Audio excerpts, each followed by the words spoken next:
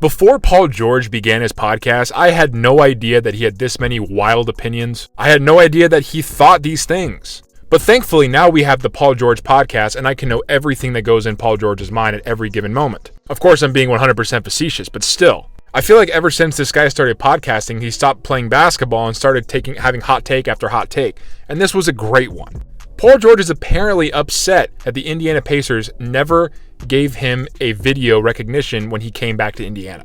He never got his tribute video, and he's sad about it. He says it sucks. Oh, Paul George, I'm so sorry. I'm sorry you forced your way out of Indiana and made them trade you. I'm sorry that you no longer wanted to be with the franchise.